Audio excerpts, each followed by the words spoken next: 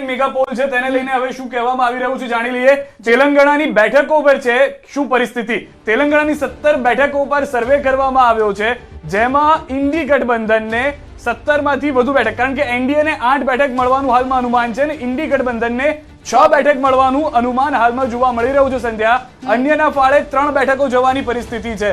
આ અસમ બાદ એક સારા સમાચાર હું ઇન્ડી ગઠબંધન માટે કદાચ એટલે જોઈ રહ્યો છું, કારણ કે અહીંયા આગળ લગોલગ એનડીએ સાથે સંધ્યા ચાલી રહ્યા છે લોકો. બિલકુલ, કારણ કે વિધાનસભાનું જે પરિણામ હતું એને લઈને કદાચ આ જે દેખાઈ રહ્યું છે. ફરી વખત આપણે જણાવીએ, એનડીએ 8, ઇન્ડી ગઠબંધન 6 અને અધર્સ 3. તેલંગાણાનો આ મેગા પોલ છે. તેલંગાણામાં કયા એવા મુદ્દા સ્પર્શી રહ્યા છે? કયા મુદ્દા છે તમારા મતે? કયા મુદ્દા છે તેલંગાણામાં? ખાસ કરીને જે હાલ જ નવી બનેલી જે ભારતીય રાષ્ટ્રીય કોંગ્રેસની સરકાર અને રેવંત રેડ્ડીના મુખ્યમંત્રી પદ હેઠળ જે એમને પોલ પ્રોમિસીસ કર્યા હતા, ચૂંટણી પ્રોમિસીસ કર્યા હતા, એ યુવાનોના રોજગારની વાત હોય, મહિલાઓને ન્યાયની વાત હોય, મહિલાઓના અકાઉન્ટ્સમાં જે પૈસા ટ્રાન્સફર કરવાની વાત હોય, ખેડૂતોના મુદ્દાઓની વાત હોય, એ બધી જ ગેરંટીને ધ્યાનમાં લઈને જે મુદ્દાઓને એમને વોરંટી ગેરંટી જે પણ સરકારે ચૂંટણી પહેલા આપેલા વાયદા હતા એ પૂર્ણ કરવાનું કામ કર્યું છે. અને ચોક્કસપણે એ આજે આપ જે છો કહો છો, પણ તેલંગાણામાં ભારતીય રાષ્ટ્રીય કોંગ્રેસ ક્લીન સ્વીપ કરશે અને મોટાભાગની બેઠક ભારતીય રાષ્ટ્રીય કોંગ્રેસના ઉમેદવાર તેલંગાણામાંથી જીતીને આવવાના. જી નિલેશભાઈ, સાઉથનું રાજકારણ કંઈક અલગ હોય છે, એના મુદ્દા પણ અલગ હોય છે. તો આપને શું લાગે છે કે 2024ની આ ચૂંટણીમાં એવા કયા મુદ્દા છે જે ચાલશે? કારણ કે સૌથી વધારે શિક્ષિત વર્ગ જે છે એ સાઉથના એરિયાથી આવતો હોય છે. અનફોર્ચ્યુનેટલી સાઉથમાં, કર્ણાટક કોંગ્રેસ સનાતન ધર્મ ખતમ કરવા માટે આહવાન કરી રહી છે. ત્યાં અલગ રાજ્યની માંગ કરી રહ્યા છે અને હિન્દુ તરીકે હિન્દુસ્તાનના લોકોને CEA આપવામાં આવે, વિદેશના મતલબ જે તમે કીધું એ મુસ્લિમ કન્ટ્રીમાંથી ભારત દેશમાં આવ્યા હોય એનો પણ એમને વિરોધ હોય.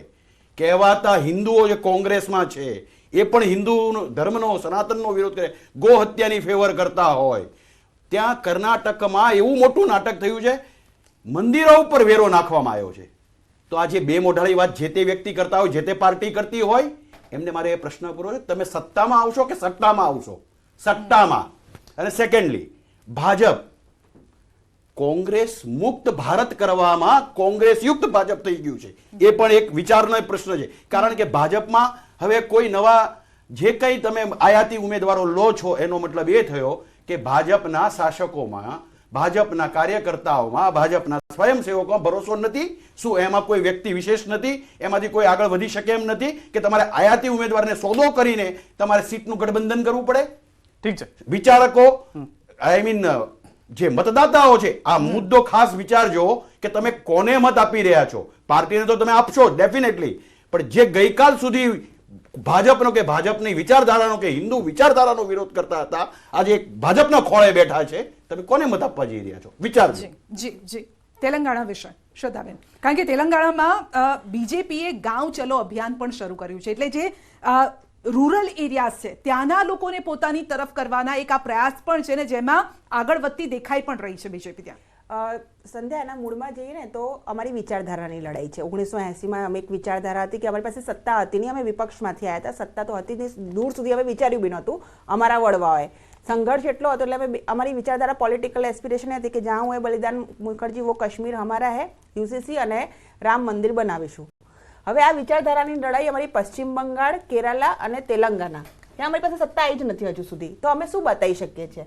પણ જે જે રાજ્યોમાં અમારી સત્તા આવી છે ત્યાં ફરી વખત સત્તા આવી છે, કારણ કે અમારી વિચારધારાની સાથે વિકાસની જે ડેવલપમેન્ટલ રાજનીતિ છે એ અમે ડબલ એન્જિન કામોના સરકારના બતાવ્યા છે. તો હવે અમારો વોટ શેર ત્યાં વધી રહ્યો છે. પશ્ચિમ બંગાળમાં તમે જુઓ તો ક્રમશઃ અમારો વોટ શેર વધ્યો છે. અમે અમારી વિચારધારા માટે ત્યાં અમારા કાર્યકર્તાઓની હત્યા થઈ રહી છે. કેરલામાં આજ બી અમારા કાર્યકર્તાઓની હત્યા થઈ છે. તેલંગાણામાં ડેફિનેટલી અને કર્ણાટકમાં અમે ઇલેક્શન હાર્યા છીએ, એમાં અમારે સ્વીકારવામાં કોઈ વાંધો છે જ નહીં, બરોબર છે. પણ કર્ણાટકમાં અમારો કોઈ એટલો વોટ શેર કે અમારી વિચારધારા પર કોઈ એટલી અસર નથી પડી. ત્યાં અમારા કાર્યકર્તાને વોટ શેરમાં એવો ઘટાડો નોંધાયો નથી.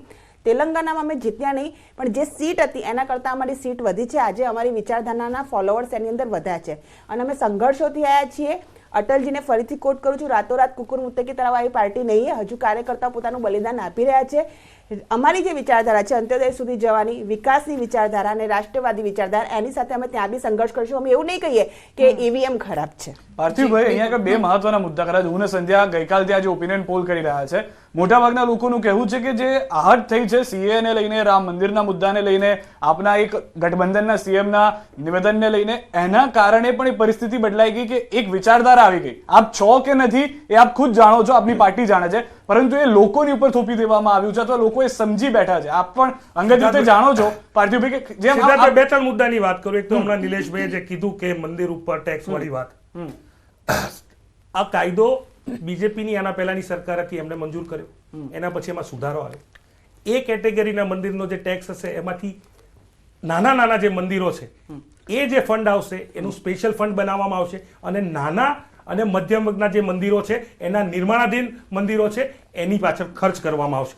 સાથે સાથે જે પંડિત, જે બ્રાહ્મણો અથવા તો જે પૂજારીઓ એ આ મંદિરોમાં કામ કરી રહ્યા છે એ પૂજારીઓના ક્યાંક ને ક્યાંક વિકાસ કાર્યો માટે, ક્યાંક ને ક્યાંક એમના મદદરૂપ થવા માટે, એના માટે કામ કરવામાં, એના માટે ઉપયોગમાં લેવામાં આવશે. બીજી વાત, બીજું તમે શું કીધું? બીજા જે નિવેદન આપવામાં આવ્યા છે એટલે સીએ ને લઈને હોય, રામ મંદિરને લઈને હોય. તમે સિદ્ધાર્થભાઈ, વોટ ઇઝ સીએ? સીએ એ વસ્તુ છે કે હજી લોકોને પણ જણાવવું જરૂરી છે, કેમ કે કોંગ્રેસ એ રીતે વાત કરી રહ્યું છે. અફઘાનિસ્તાન, બાંગ્લાદેશ, પાકિસ્તાન કે જ્યાં આગળ માઇનોરિટીઝ છે, વિચાર નોન મુસ્લિમ, એટલે non-Muslim. વિચાર નોન મુસ્લિમ્સ, હા. એ લોકોને નાગરિકતા આપવાનો મતલબ, જેમાં ન ફક્ત હિન્દુઓ, જેમાં બધા જ ધર્મના લોકો જે મુસ્લિમ નથી, આમાં કોઈની પણ નાગરિકતા નથી કેટલા લેવાની. લોકો આવશે અહીંયા? એ હિસાબ સરકાર તમને આપશે. 2014 પહેલાની આશરે એ સરકાર આપશે, એ મારું કામ નથી. મારે તમે સીએ સમજાવવાનું કામ છે. આપણે એમને નાગરિકતા આપશું. હા. પછી શું આપશું એમને? નાગરિકતા આપશું. નાગરિકતા આપે એ સરકારની વ્યવસ્થા છે, સરકારે પછી વિચાર્યું આપણે શું હશે આપશું? ને. એમને રોજગારી આપશું. હા, એ તો એમને પણ આપી રહ્યા છે, જેની પાસે નાગરિકતા નથી. હક જે હા, એટલે પણ જે પણ આવતા આપણે હોય, હા. સરકાર, હા. તમારી સરકાર હોય, એક નાગરિક તરીકે આપ શું આપો? એટલે હું એમને કહું છું એમને ને. રોજગાર આપશું. હા. પણ પહેલા આપણા 26 મિલિયન આપણા યુવાનો છે, એમનું શું કરશું? એટલે તમે અતિથિ દેવો ભાવનામાં અને માનતા જ નથી. બીજું વાત, આજે મારે તમે પૂછવું છું. વસુદેવ કુટુંબકમમાં એમને માનતા જ પૂછું નથી. છું. તો વસુદેવ કુટુંબકમમાં જ તમારા માનું છું. ઘરમાં, પણ તમારા મારી ઘરમાં વાત- પાર્થિવભાઈ, મારી તમારો વાત- સરદાર છો, વિશ્વના- પણ કદાચ હું આવું પાર્થિવભાઈ, વિશ્વને હું તમારા ઘરે આવું, તમારી વાત- કદાચ તમે ભૂખ્યા હો, તમે તો welcome તમારો મને રોટલો તમે મને જ આપશો. હું તમને મારો આ આખો રોટલો ભારતીય, આપી દઈશ. એ જ વાત હું છે. એ જ કહું અને છું એ જ ભારતીય કે સંસ્કાર છે. ભારતના એ જ આપણા યુવાનોનો સંસ્કાર છે પાર્થિવભાઈ. રોજગાર તમે કદાચ શરણાર્થીને આપો, વાંધો નથી. ઠીક છે. પણ બીજા મુદ્દા, રાજસ્થાન, એક તમારે- જ મિનિટ, મને વાત એટલા માટે રાજસ્થાનનો પૂછું. data પણ આવી મને રહ્યો છે તમે આપણી ત્રણ રાજ્ય, ત્રણ દેશો કીધા. હા. તો આ મ્યાનમારમાં જે માઇનોરિટીમાં આપણા હિન્દુઓ છે એનું શું? તમને 3 દેશ કટ થઈ અરે રહ્યા, નહીં, મ્યાનમારની તમે પણ કરો નહીં, પણ શ્રીલંકાનું તમને શું? પાકિસ્તાન, શ્રીલંકાનું તમને શું? પણ હું પાકિસ્તાન, પૂછું છું. બાંગ્લાદેશ, મને હું એ જ કહું છું. કરતા કોઈ નથી. નહીં, નહીં, હું એ જ મારે કહું છું. ક્યાં?